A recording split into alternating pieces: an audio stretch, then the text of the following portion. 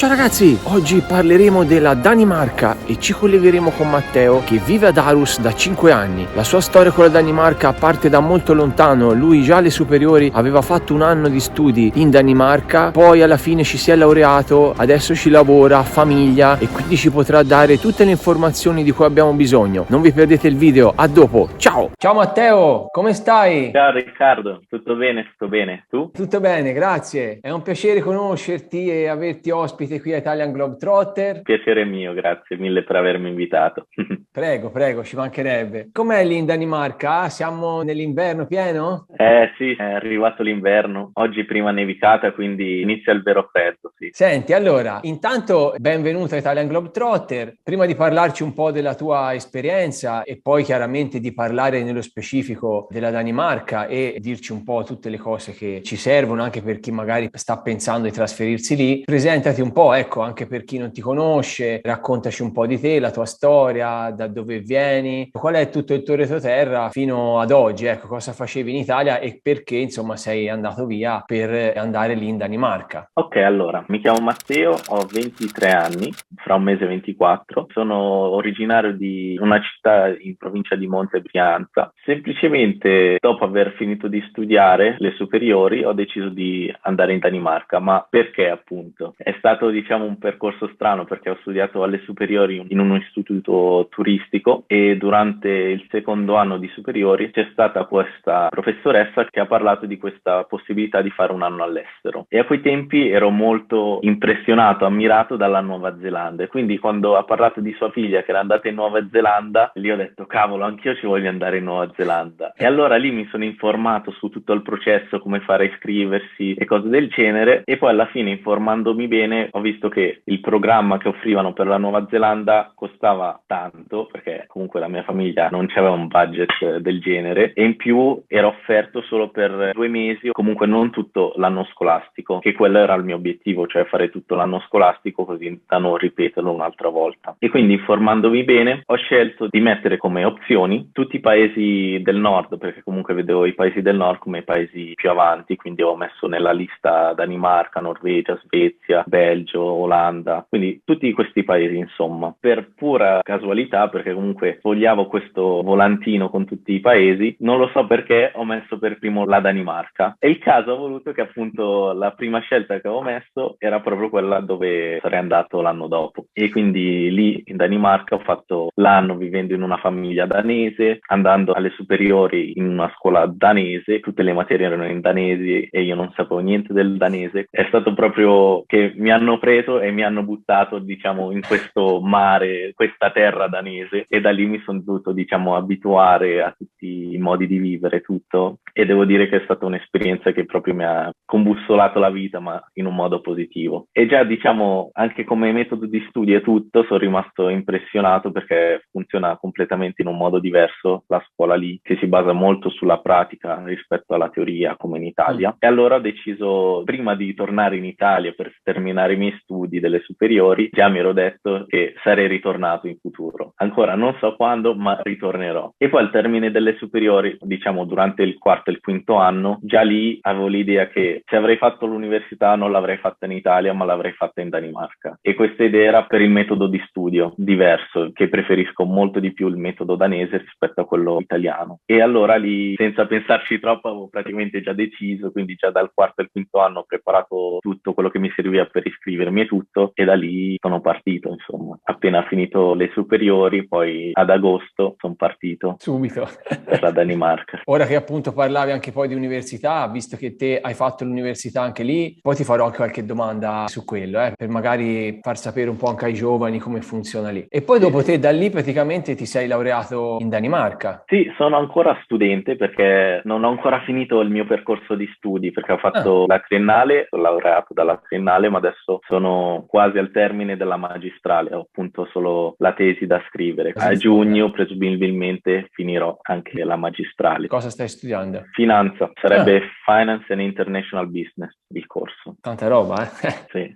Te oggi in che zona sei della Danimarca? Dove vivi? Vivo a Aarhus. Aarhus sarebbe la seconda città della Danimarca per popolazione, cioè ovviamente Copenaghen che è la capitale, poi subito dopo c'è Aarhus. È grande come città? Per gli standard italiani no, però però per gli standard nordici è diciamo una città ha 300.000 abitanti, quindi non è proprio grandissima, però per la Danimarca appunto è la seconda più popolosa e appunto una caratteristica di Aarhus è una delle città più giovani, adesso non so se d'Europa o del mondo, però ha veramente una popolazione molto giovane di studenti, si chiama appunto la città degli studenti. Perché alle università? Eh sì, l'università fa 40.000 studenti, quindi fai conto 300.000, 40.000 sono solo in quell'università lì, quindi c'è una bella porzione, sì. E te che lavoro fai lì? Adesso lavoro part-time alla Siemens. In Danimarca la Siemens si chiama appunto Siemens Gamesa perché è specializzata nelle pale eoliche, si focalizza su quel settore lì, quindi di energie rinnovabili, e semplicemente si chiama il project controller, quindi sulla, diciamo, contabilità. Il tuo ramo, no? Sì. E appunto lavoro part-time, che più o meno vuol dire di contratto posso fare dalle 8 alle 25 ore settimanali, quindi me le gestisco io un po' come voglio. Comunque anche a tempo pieno come azienda è molto flessibile, infatti le persone possono decidere loro se lavorare da casa oppure da ufficio, proprio una scelta personale, in base anche ai bisogni familiari, per esempio. E ragazzi, non dimenticate di iscrivervi al canale e di mettere un bel like se vi è piaciuto questo video. E poi commentate, fatemi sapere cosa ne pensate. Ciao! Ti volevo appunto chiedere anche com'è lì la situazione lavorativa e come funziona un po' anche il lavoro, perché insomma mi sembra di capire che siamo già su un altro pianeta. Sì, comunque anche la Danimarca diciamo è stata colpita dal Covid, quindi c'è stato anche lì un ribasso, tante persone hanno perso il lavoro e tutto, però non c'è diciamo mai stata la crisi che c'è stata in Italia, quindi la ripresa anche post-Covid è stata abbastanza rapida e quindi anche opportunità di lavoro ci sono, soprattutto nei lavori specializzati, cioè la Danimarca ha bisogno di lavoratori specializzati in determinati settori. È facile trovare lavoro lì come dipendente? Sì, appunto per lavori specializzati non vorrei dire facilissimo, però quasi, nel senso che per esempio dove lavoro io cercano molto ingegneri o comunque persone specializzate in questo settore delle rinnovabili appunto, però ovviamente ci sono tante persone che cercano lavoro e trovano lavoro anche in occupazioni come cuoco, cameriere, comunque opportunità ci sono in diversi settori, non per forza in aziende grandi. Ce ne sono tante comunque di opportunità di lavoro lì. Sì, e poi bisogna comunque fare la considerazione anche della lingua, perché comunque in Danimarca si parla il danese, l'inglese è una lingua che praticamente sanno tutti, però nel lavoro aiuta sempre sapere il danese, perché se non sei in una grande multinazionale di solito si parla il danese a lavoro. Quindi è consigliato magari se uno pensa di trasferirsi di impararlo, o comunque di imparare le basi e sapere bene l'inglese. Sì,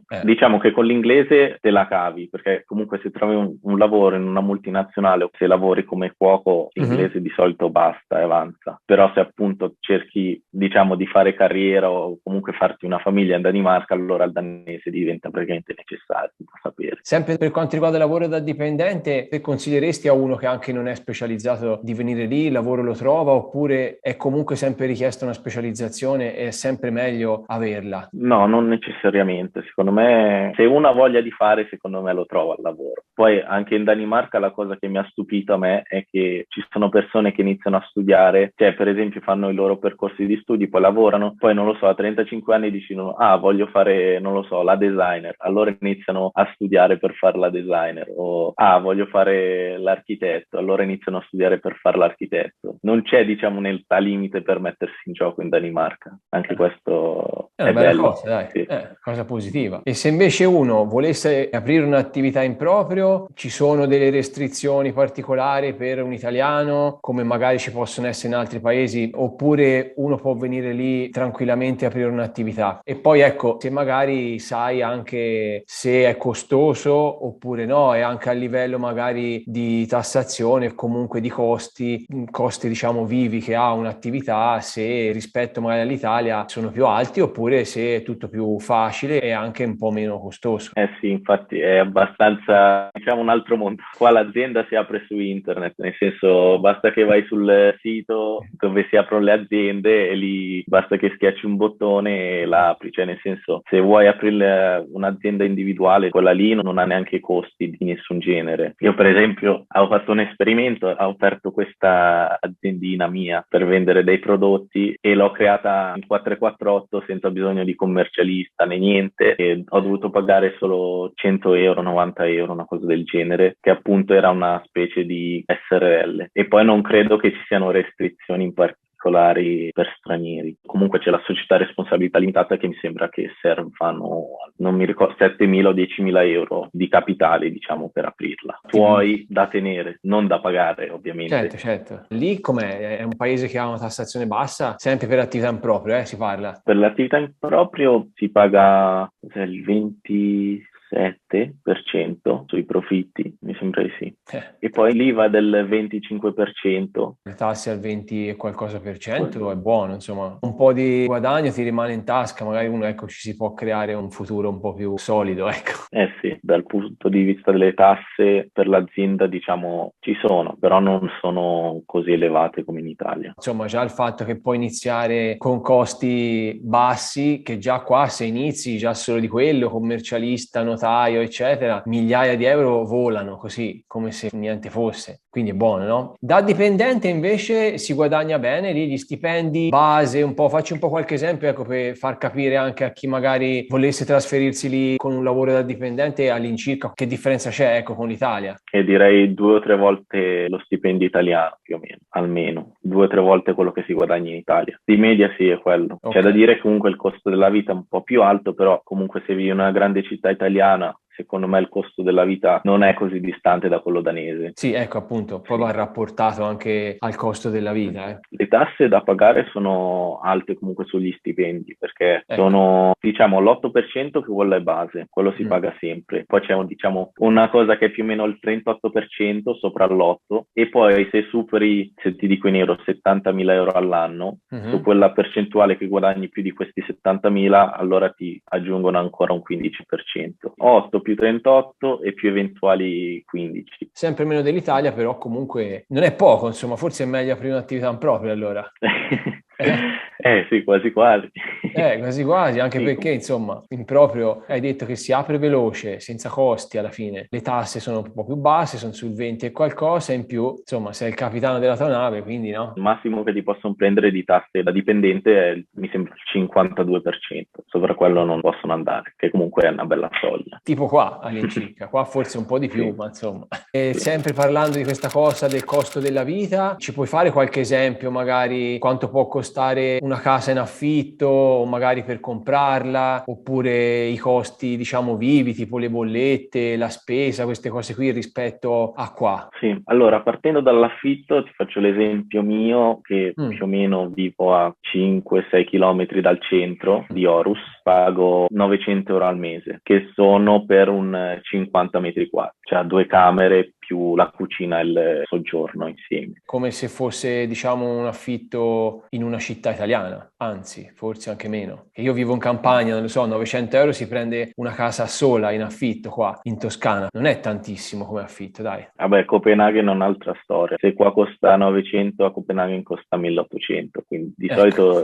c'è il raddoppio da Aarhus a Copenaghen. C'è il raddoppio un po' in tutto? No, tutto no, anche a fare la spesa più o meno il costo è quello. Magari costa un pochino di più che altro è per gli affitti, che a Copenaghen è molto di più di Aarhus e anche delle altre città danesi, comunque, perché le altre città danesi l'affitto ovviamente costa molto meno che a Aarhus. Per esempio, dove vivevo prima era 400 euro al mese, però era un monolocale da 30 metri quadri, più piccolo 400, e la città era anche più piccola, una città media, diciamo, 50.000 abitanti faceva. Te comunque consigli di andare ad abitare più in una città o in una cittadina, o lì comunque, se diciamo sono anche un po' più avanti sul fatto del lavoro in smart working eccetera, consigli anche magari a chi vuole di comprare o di affittare una casa anche fuori, magari più in campagna, dove magari credo che i costi siano più bassi, no? E secondo me dipende molto dallo stile di vita che una persona vuole fare, perché comunque se vai fuori città ovviamente le cose che ci sono da fare sono poche. Dove vivevo con la mia famiglia ospitante era a 10 chilometri dal primo centro abitato che era 8.000 abitanti e c'era veramente poco da fare. Non avendo la macchina, spostandomi in bici, le cose da fare erano limitate. Quindi dal mio punto di vista la città vale soprattutto perché quello che viene offerto a Milano come eventi, come cose che ci sono da fare, sono molto molto di più rispetto a una Aarhus per esempio. Adesso Copenaghen ovviamente che è diciamo una città europea, una metropolitana diciamo, ovviamente di eventi ce ne sono di più e quindi anche per questo diciamo il costo di una casa, comunque l'affitto là costa molto di più rispetto alle altre parti della Danimarca, però diciamo è una scelta personale che uno fa secondo me, se vuole una persona vivere diciamo in una città dove ci sono tante cose che succedono ogni giorno oppure preferisci una città più tranquilla che così magari costa meno la casa o comunque l'affitto, però succedono meno cose. Dipende molto dalla persona e anche da dove trovi il lavoro. Se trovi il lavoro ovviamente a Copenaghen,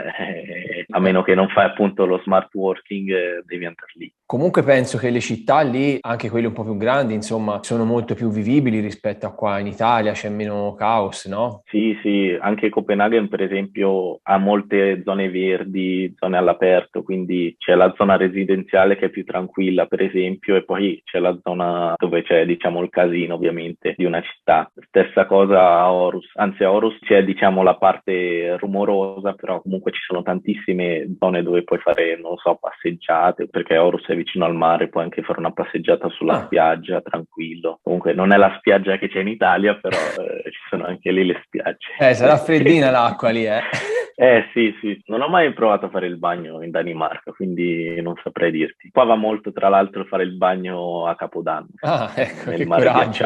ghiacciato. Sì, qua è diventata una pratica fare il bagno d'inverno, perché dicono aiuta alla circolazione. E poi anche comunque i danesi si mettono lì, anch'io, però dipende se c'è vento, no, perché il vento ti porta via, quindi no. Però se è una giornata abbastanza tranquilla con il sole si riesce anche a prendere il sole volendo in spiaggia, si può fare benissimo. L'unica cosa che abbassa tanto la temperatura è il vento, perché altrimenti secondo me la temperatura che c'è qua in Danimarca e a Milano, le minime più o meno sono uguali, è solo il vento che le diminuisce tanto. Poi come massima è un'altra storia, perché massime, cioè per esempio adesso sopra 3-4 gradi non va più, quindi sì, è un'altra storia. Però come minime guardo sempre l'app del meteo comparando, com'è in Italia adesso, quanto caldo farà rispetto qua. Però d'inverno di solito quando comparo Milano e Aarhus le minime più o meno sono lì. Generalmente diciamo da metà ottobre fino a metà marzo è inverno. E te come ti trovi col clima? Cioè lo sopporti bene da italiano? Ogni volta che penso al clima faccio il paragone sempre all'estate che ho vissuto a Milano e dico meglio questo che quello. Col clima diciamo me lo faccio piacere, insomma, se sono qua in estate e piove ogni giorno un po' dico cavolo, potrebbe uscire il sole qualche volta, però a parte il vento non mi pesa più di tanto.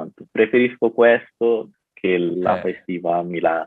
Anche io e mia moglie ci si chiede tante volte. Tanti dicono che l'Italia è bella d'estate e tutto, ma soprattutto negli ultimi anni, guarda, cioè diventa quasi invivibile perché comunque non puoi uscire mai, perché se esci di giorno è sempre un caldo che stai meglio in casa. O sei sul mare, o se no, se non lavora, cioè è impressionante. Non ti viene neanche, capito? È troppo caldo. In Milano, sì, mi immagino. Ci sono stato anche una volta d'estate, è una roba incredibile di umidità. Poi d'estate vengo giù in Italia e mi godo le vacanze al mare, quindi il caldo lo si gode bene. Uno viene in vacanza, ecco, è un'altra cosa. Ma lì un po' di sole c'è comunque, soprattutto d'estate, o ce n'è comunque poco? Sì, ultimamente alcune estati, cioè questa che è appena passata, è stata abbastanza bella. Infatti andavamo anche al mare, adesso non dico a prendere il sole, però comunque 25 gradi li faceva, quindi si stava bene. Dai. Perché qua comunque il sole, quando per esempio sta il sole, io per esempio mi brucio in frettissima. Brucia. Un po' come in montagna, dai. Magari è freschino, ma il sole addosso senti che ti brucia, ti abbronza. Sì. E poi l'estate c'è il sole che comunque la notte tramonta più o meno a mezzanotte qua in Danimarca e poi sorge verso le 3. C'è poco buio d'estate, sì. Ti volevo chiedere una cosa di questa cosa qui, che è un argomento di cui abbiamo parlato con quella ragazza della Norvegia, con quel ragazzo che è in Islanda. Come mai in quei paesi lì dove c'è più bisogno non hanno gli scuroli che chiudano, no, le finestre? Anch'io qua ho le finestre con gli scuroli, quindi per me ci può essere tutto il sole del mondo fuori, anche di notte, ma io chiudo quelli e sono a posto, oppure li avvolgibili. Lì ci sono, oppure anche lì non ce l'hanno. E non so se è per cultura o per cosa, però noi abbiamo delle tendine che ce l'hanno date con l'affitto che sono bianche, quindi anche col sole passa tutto. Cioè, È ovvio. per me è cultura, sono abituati così e vivono così. Sì, che poi sarebbe semplice, nel senso basterebbe fa buio, no? Te come ti trovi per dire d'estate? Riesci a dormire oppure sopporti meglio l'inverno dove magari è più buio? No, no, non mi dà problemi se è buio, c'è luce, dormo lo stesso. È il sonno pesante. Quando sonno dormo, sì. E l'inverno invece com'è lì? Io sto parlando di luce, eh? È Di quasi luce. sempre buio, cioè anche il pomeriggio va giù presto il sole. Non è proprio bruttissimo, nel senso penso che ancora più a nord sia peggio, però qua diciamo verso le 3 inizia a tramontare. La cosa che un po' è triste è vedere proprio il sole che invece di fare il bell'arco durante la giornata fa solo così, sale e scende. E poi insomma se hai il sonno pesante può essere giorno quanto ti pare, anch'io lo stesso dormirei uguale, però insomma Sì. se è buio meglio. Senti, ti volevo chiedere una cosa, sfrutto un po' la tua esperienza all'università, visto che te hai studiato all'università in Danimarca, ti volevo chiedere se insomma spiegavi un po' come funziona l'università rispetto all'Italia, lì in Danimarca, che opportunità ecco ci sono anche per i giovani, visto che te appunto come hai detto già da giovanissimo sei andato lì, quindi ecco magari ci può essere qualcuno che gli può interessare questa cosa, perché a quanto ho capito è abbastanza famosa, no, la Danimarca per questa cosa qui. Eh sì, soprattutto negli ultimi anni sta diciamo diventando sempre più famosa perché appunto l'università in Danimarca è gratuita, rispetto all'Italia non c'è niente da pagare e in più lo Stato, se lavori part-time appunto come faccio io, almeno 10-12 ore alla settimana, ti finanzia, quindi ti dà anche un aiuto in più o meno sono 700 euro al mese. Per i danesi lo danno anche senza il lavoro, però per gli studenti stranieri bisogna avere questo lavoro perché appunto dicono perché altrimenti non contribuisci pagando le tasse. Comunque, vabbè, insomma, se uno viene lì per studio dovrà anche lavorare un po', se no con che vive, insomma, o ha dei soldi sì. giusti, no? Quindi dal punto di vista economico conviene studiare in Danimarca, perché per esempio se un danese vuole trasferirsi per studiare in Italia non conviene molto perché nessuno di questi aiuti deve pagarsi gli studi e in più non c'è questo aiuto. Poi per quanto riguarda le differenze tra università italiana e quella danese, personalmente non ho mai frequentato quella italiana, però da quello che ho sentito dire, diciamo, studenti che hanno fatto, non lo so, la triennale in Italia e poi la magistrale in Danimarca hanno visto la differenza che dicono, cavolo, qua è un altro mondo, tutta la burocrazia, anche come funziona all'interno, come sono organizzati, le cose funzionano all'università, diciamo. Poi anche come carico di lavoro è diverso, perché se in Italia devi passare ore e ore sui libri, qua in Danimarca no. Cioè nel senso, ovviamente devi sapere le varie teorie, però le domande degli esami non sono spiegami cosa c'è scritto in pagina 4. Ti chiedono, considerando questa teoria, come risolveresti questo problema? Visualizzano più, diciamo, il problem solving, oppure come agiresti te in una situazione verosimile. Approccio pratico. Sì, per questo appunto non ho voluto continuare i miei studi in Italia e già da lì sapevo se faccio l'università la farò in Danimarca.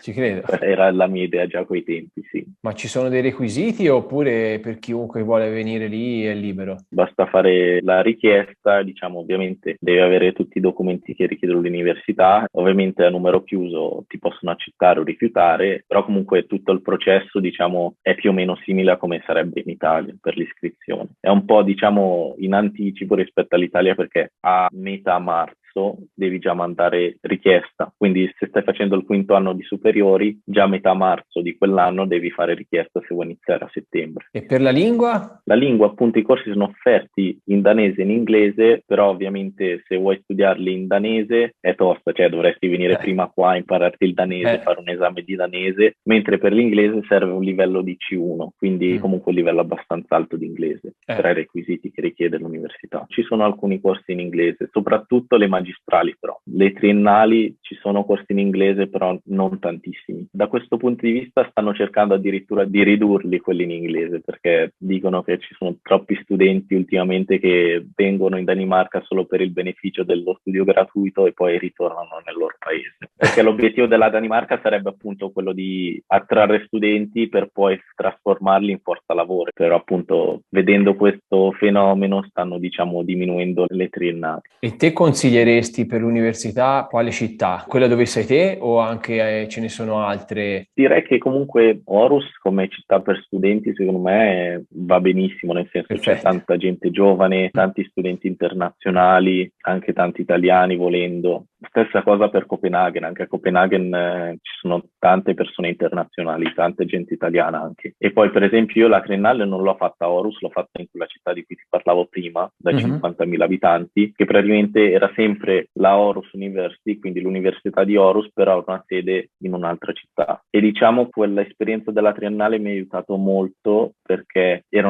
un'università molto piccola e le classi erano molto piccole. Per esempio nella mia classe c'erano 40 studenti, quindi ci conoscevamo tutti tra di noi, quindi era più semplice legare. Da quel punto di vista mi è convenuto iniziare in questa città più piccola per fare l'esperienza iniziale e poi per la magistrale muovermi in questa più grande di Aarhus. Però secondo me anche facendo la triennale subito in queste grandi città si passano belle esperienze, si studia e ci si diverte anche, insomma. Bene, te lo sai poi, insomma, ci sei passato, quindi... Sì. Ma lì come si vive? Si vive bene? La qualità della vita è alta? Sì, si vive bene. Come dicevo anche prima per l'università, sono molto organizzati in Danimarca. Per la pulizia nelle strade, per esempio, nei luoghi pubblici, cioè come pulizia sono, diciamo, un livello più avanti. E anche come qualità della vita, cioè io mi trovo bene vivendo qui. Fai conto che sono arrivato qua senza niente, ho iniziato a studiare, mi sono trovato un lavoro, mi mantengo da solo ormai.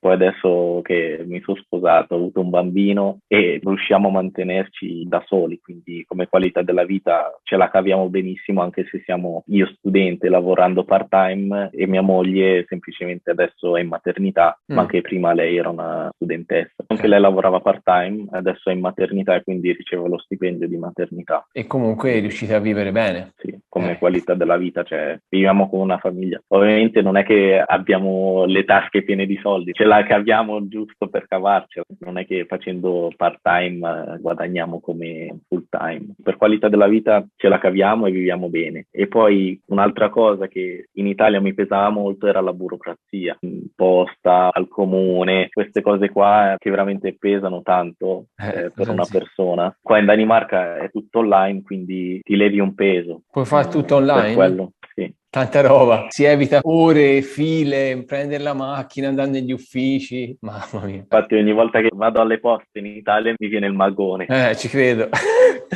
Sì, è un po' una caratteristica, diciamo, dei paesi nordici, ecco, rispetto a noi sono un po' tutti così, almeno da quel che ho sentito io dalle interviste che ho fatto, la burocrazia è molto più veloce. Ecco, però una cosa che mi avevano detto dall'Islanda, e non mi ricordo se anche dalla Norvegia, che i ritmi erano un po' più lenti rispetto a qua, cioè noi italiani siamo dei lavoratori, no? Ritmi frenetici, lì invece è un po' più tranquillo e ti dà a volte quasi fastidio perché te magari vorresti fare, invece è così anche lì? Sì, questa cosa qua anche a me sorprende. Come prendono le cose molto, diciamo, alla leggera, molto lentamente, però le cose funzionano lo stesso e mi chiedo com'è possibile. Perché comunque qua un dipendente di solito il contratto è 37 ore a settimana, quindi neanche 40. Sabato e domenica non si lavora, in settimana di solito il venerdì si fa solo mezza giornata, quindi si lavora 4 giorni e mezzo, insomma. Bene. E poi le cose le prendono molto con comoda. C'è più attenzione al tempo libero, allo svago, alla famiglia, queste cose qua. Assolutamente. C'è tanto tempo libero per la famiglia e tante persone hanno appunto tempo libero da fare, non lo so, gli hobby per esempio, vanno molto anche a incontrarsi, andare a correre in gruppo, cose del genere. O anche per esempio, se parliamo di ragazzini, fanno uno sport come tempo libero, se non due addirittura. E i danesi come sono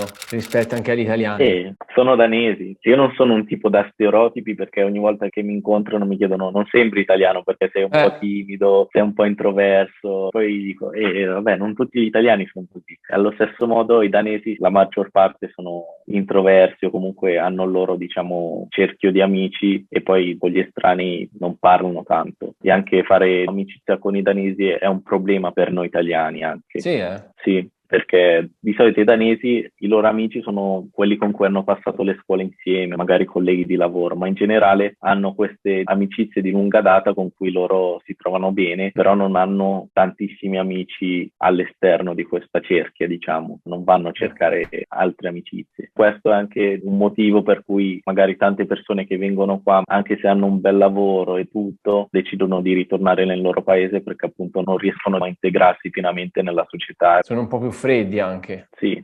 Questa cosa qui sicuramente per un italiano, per come siamo abituati noi, pesa. Comunque danesi, come ho detto prima, non sono tutti uguali, infatti ho amici danesi che non sono per niente timidi, sono estroversi e tutto. E gli italiani come sono visti dai danesi? Cioè ci sono dei pregiudizi, c'è un po' di, tra virgolette, razzismo, vengano un po' trattati diversamente gli stranieri oppure sono molto accoglienti? E qua bisogna fare una distinzione tra europei, diciamo, e quelli dal Medio Oriente, che provengono, non so, dalla Siria, Afghanistan. C'è stata un'ondata di immigrazione in questi anni perché erano paesi in guerra, quindi la Danimarca ha contribuito offrendo asilo a queste persone e diciamo queste sono viste male rispetto per esempio a io che sono italiano. Ci sono diverse categorie di immigrati in Danimarca. Io non ho visto grandissimo razzismo nei nostri confronti. Per esempio, una cosa che mi è capitato di sentire, un datore di lavoro vede un curriculum di un italiano e di un tedesco, magari preferisce il tedesco perché dice l'italiano magari non lavora. Sono sì forme di razzismo, però non così grandi. Senti, come differenze di cultura un po' ce le hai già dette. C'è qualcos'altro che magari ti viene in mente da aggiungere che venendo dall'Italia ti ha un po' sorpreso, magari anche cose simpatiche? Ce ne sono un po', insomma. La prima cosa, perché sono tornato da poco dall'Italia, rivedendo il mio gruppo di amici che avevo in Italia, mi era mancato questo uso italiano di incontrarsi quasi ogni giorno per andare semplicemente a un bar a prendere qualcosa da bere. Qua in Danimarca non si fa così spesso come in Italia. Non so se per il freddo, perché non abbiamo questi baretti qua uno dietro l'altro. Anche troppo. Qua diciamo c'è Starbucks, ci sono queste catene che fanno soldi, ma non questi baretti simpatici dove di solito ti trovi con gli amici. E questo per esempio è qualcosa che non c'è in Danimarca. Poi una cosa divertente in Danimarca che funziona solo nella penisola dello Jylland, si chiama, quella attaccata alla Germania, è che al compimento di 25 anni, se non si è sposati, si viene ricoperti di cannella.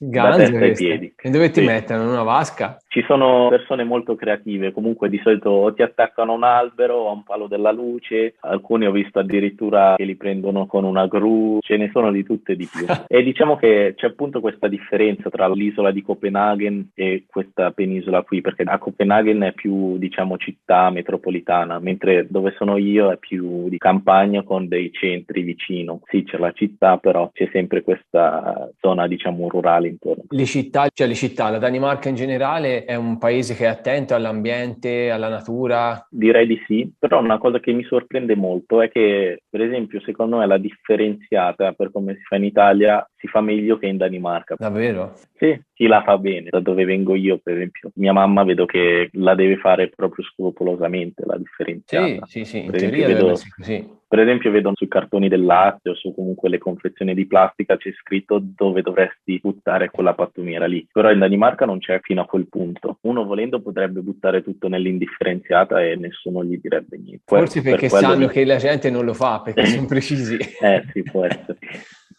Quello può essere, sì, però in generale comunque anche per l'ambiente, per strada non vedi di solito gli ammassi di spazzatura o comunque sporcizie in giro, ce ne sono meno dell'Italia. Non dico che non ce ne sono perché anche in Danimarca devo dire che a volte cammini vedi qualche sporcizia in giro, però non ai livelli che ci sono in Italia. E anche a livello di te che poi ci lavori su questa cosa qua, no? Sulle energie rinnovabili, auto elettriche, tutte queste cose qui, lì sono un po' più avanti rispetto a noi. Come auto elettriche sì, se ne vedono sempre di più, ibride, elettriche, e poi sì, la Danimarca punta molto sull'eolico, perché ovviamente c'è tanto vento, quindi infatti le aziende principali adesso qua in Danimarca sono tutte basate su quello praticamente, energia sostenibile. E per esempio a livello di cibo lì, cioè essendo un paese comunque un po' a nord, si trova un po' di tutto o c'è poca scelta? Dipende sempre dalla catena del supermercato in cui vai, però comunque in generale al supermercato le cose si trovano. Fai un po' fatica magari magari in alcuni supermercati a trovare roba italiana che compreresti in Italia, però direi che negli ultimi anni l'export italiano si sta facendo valere in Danimarca e stanno arrivando sempre più cose italiane. Sì. Grande, per la vostra gioia. Piano piano. Per esempio, prima lavoravo in un ristorante italiano di italiani e lì ovviamente ordinavano cose italiane. Anche i fornitori ce ne sono che portano roba da giù dall'Italia. Ah sì, hai lavorato anche in un ristorante te? Sì, è stato il primo lavoro che ho trovato. L'ho trovato più o meno dopo 4 mesi da quando ero arrivato lì. Ho trovato lavoro come aiuto cuoco. Facevo antipasti e dessert, li impiattavo, diciamo, non è che preparavo da mangiare. Ho lavorato lì per un paio d'anni. È stata una bella esperienza anche quella, sì. Lì ad Horus? No, era nella città dove vivevo prima. Ah, in quella che vivevi un po' fuori, ecco. Sì. Ah, c'era un Sì. ristorante italiano in questa città più piccola, eh? Sì, ce n'erano due. Ce n'erano due veramente italiani e uno che diceva di essere italiano ma non era italiano. Come Zalone quando leva l'insegna. Sì. Esatto. Come primo lavoro, insomma, almeno con la lingua te la cavavi bene, è stata una buona scelta. Sì, anche comunque mantenere la lingua italiana, parlare l'italiano anche a volte, perché comunque a meno che non incontri persone italiane per strada o comunque magari la cerchia di amici che ti sei fatto qua in Danimarca di italiani, altrimenti non l'avrei mai parlato. E lì in casa che parli? Parliamo in inglese, perché lei è della Repubblica Ceca. È bello così, poi al bimbo dopo gli insegnerete l'italiano, l'inglese, il ceco, danese. Ci sarà tutto uno studio dietro per insegnargli ora che è piccolo tutte le lingue. Sì, esatto. Lei gli parlerà in ceco, io gli parlerò in italiano e poi all'asilo imparerà il danese ovviamente e poi l'inglese lo sentirà da noi mentre parliamo. Dai, ganzo così, Te insegni l'italiano, mi raccomando, Sì, quello per forza secondo me. E se no come parla ai nonni? Lì in Danimarca che si fa? Come si socializza nei rapporti uomo-donna? Che si fa nel tempo libero? Come dicevo prima, si focalizzano appunto sul tempo libero. Ci sono tanti danesi che fanno volontariato oppure si trovano con un gruppo di amici e fanno delle attività insieme. Cose da fare ci sono, semplicemente devi trovarti il giusto gruppo di amici con cui parli, insomma.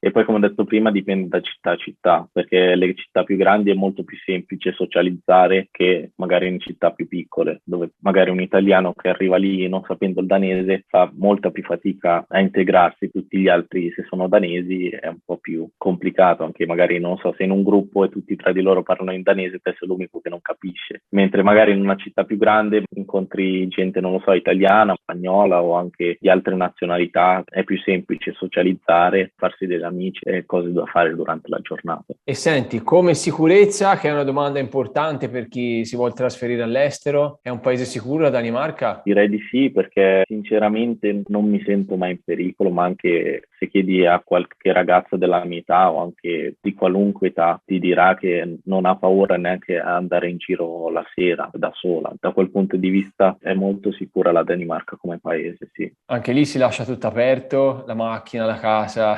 Oddio, qua nelle città non proprio, perché ci sono anche qua i ladri. Infatti non è successo a me, ma in un appartamento qua vicino erano entrati i ladri, quindi no, aperto tutto no, però diciamo che se vai in un paesino piccolo puoi lasciare le cose aperte. Per esempio dove vivevo prima non chiudeva mai la porta di casa, le case lì vicino erano tutti diciamo conoscenti, quindi non c'era bisogno. Però comunque una cosa che può essere diciamo pericolosa in Italia, che qua può succedere, per esempio all'università lasciare il mio computer sul tavolo e andare, non lo so, in bagno. Cioè non avevo problemi a farlo in Danimarca, però in Italia ci penserei 2 volte prima di farlo, a lasciare il mio computer incustodito.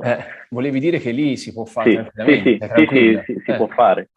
A parte alcuni furti che succedono qua e là, perché comunque se succedono anche qua in Danimarca, però per il resto è abbastanza sicuro. E senti, un'altra domanda importante, la sanità com'è lì? È pubblica, è privata, è di qualità? E poi insomma come è stata vissuta e gestita la situazione Covid e anche com'è un po' attualmente? Per quanto riguarda la sanità è pubblica, per quanto riguarda la qualità, secondo me cambia da dottore a dottore. Ho sentito tante persone che si sono lamentate, per esempio, del dottore di famiglia che hanno, però per esempio quello che ho io è bravissimo. E per quanto riguarda, per esempio, io ho avuto l'esperienza in ospedale per mio figlio, perché ha passato dei giorni in ospedale dopo la nascita e lì veramente ci siamo sentiti cullati, diciamo, dalla sanità danese, perché io e mia moglie potevamo vivere in questa camera. Era praticamente un'ala dell'ospedale che era dedicata appunto ai genitori che avevano i neonati lì, che avevano qualche cosa che non andava bene, insomma. E praticamente offrivano queste camere, diciamo, d'hotel gratuitamente, con pasto incluso alla mamma. E in più anche i dottori con cui abbiamo parlato erano sempre molto gentili, ci spiegavano tutto per filo e per segno, tutto quello che succedeva, quello che dovevano decidere, ci facevano vedere i loro fogli, li mettevano lì così potevamo vedere quello che c'era scritto, quelli che si segnavano. E lì quella cosa lì, cioè, è stata proprio bella, quella sì. trasparenza anche, che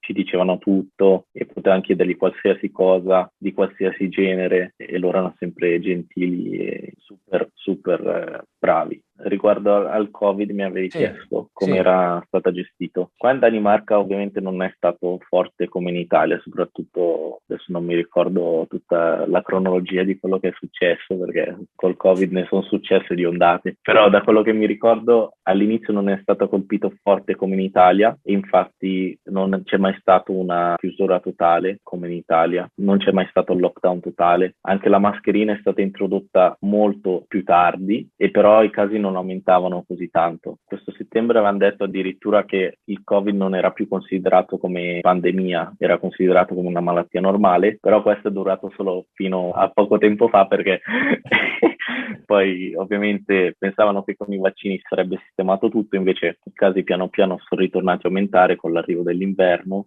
e adesso hanno appena reintrodotto la mascherina perché quella è praticamente tutta l'estate che non la mettiamo. All'aperto? Ho introdotto la mascherina. No, al chiuso. Ah, anche al chiuso? Sì, la mascherina quest'estate non era obbligatoria da nessuna parte. Quindi dovunque andavi, anche negli uffici, nei ristoranti, bar? Sì. La mascherina è stata introdotta solamente l'inverno scorso, quindi dall'inverno fino a giugno di quest'anno e poi adesso l'hanno reintrodotta di nuovo. C'è stato un approccio diverso. Sì, molto diverso. Vaccini, c'è obbligo lì di Green Pass, perché c'è un po' di casino un po' in tutta Europa.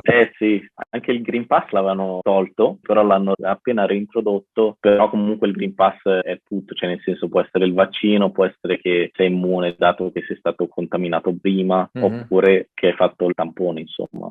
Non c'è l'obbligo del vaccino in sé per sé, però comunque come in ogni stato lo consigliano. Sì, ci sono un po' meno restrizioni, poi ora chiaramente è tutto un divenire qua, non si sa come va perché Sì. Ricapitolando un po' i pro e contro della Danimarca? Pro e contro, allora, sicuramente i pro, come ho detto prima, la burocrazia secondo me è una cosa che veramente mi sta qua, quindi è un pro il fatto che sia tutto più veloce qui. Poi l'altro pro è il fatto di venire qui da studente, riuscire a sostenermi da solo, senza aiuto di nessuno, secondo me è una cosa che pochi stati ti danno l'opportunità di avere, di diventare indipendente in così poco tempo e senza esperienza, perché esperienza di lavoro non ne avevo. Per contro sono un po' banale perché ti direi il clima. D'altronde c'è. Sì, e poi altri contro, cosa ci potrebbe essere di contro? Secondo me è solo il clima che a volte dà fastidio, però per altri contro non mi viene nulla. I rapporti con le persone, il cibo, non sono un contro per te? Per il cibo diciamo che alla fine cucinando io decido io cosa mangiare, nel senso, quindi bravo, per il cibo me lo faccio io e quindi non è un contro. Però se dovessi mangiare danese tutto il tempo quello sarebbe diciamo un contro, nel senso mi mancherebbe ovviamente la cucina italiana. Anche te mangi italiano, ecco, è quello che volevo capire. Sì, italiano e ceco. Un pensiero che ho sempre avuto, no? Che quando uno va all'estero in italiano dice, vabbè, all'estero mi manca il cibo, no? Perché chiaramente non mangi le cose come mangi qua in Italia, però io ho sempre pensato, ma se io mi sono fatto da mangiare da solo e riesco comunque a trovare le cose lì, che bene o male anche cose italiane si trovano, quindi uno riesce a farsi da mangiare italiano e anche se ti manca il piatto di spaghetti col pomodoro o la pizza, volendo lo può fare uno. Sì, come fai te? La pizza l'ho imparata a fare in Danimarca. Perché in Italia non avevo mai cucinato, quindi la pizza l'ho imparata a fare qui. Alla fine, ecco, se uno vuole se lo fa da mangiare italiano. Magari non puoi fare tutto perché qualche ingrediente manca. Per esempio ci sono dei supermercatini piccolini che vendono cose italiane, però magari il guanciale non lo trovi, per esempio. La salsiccia non la trovi. No, queste cose tipiche magari no, ecco. Però diciamo una pasta al ragù la riesci a fare. Appunto. Cioè se ti manca la lasagna, la sfoglia per la lasagna la trovi. La carne magari non sarà carne italiana, ma comunque sarà sempre carne di vitello, di maiale che lo puoi fare. La besciamella uguale, quindi volendo si può fare uguale la lasagna anche da un'altra parte, no? Esatto.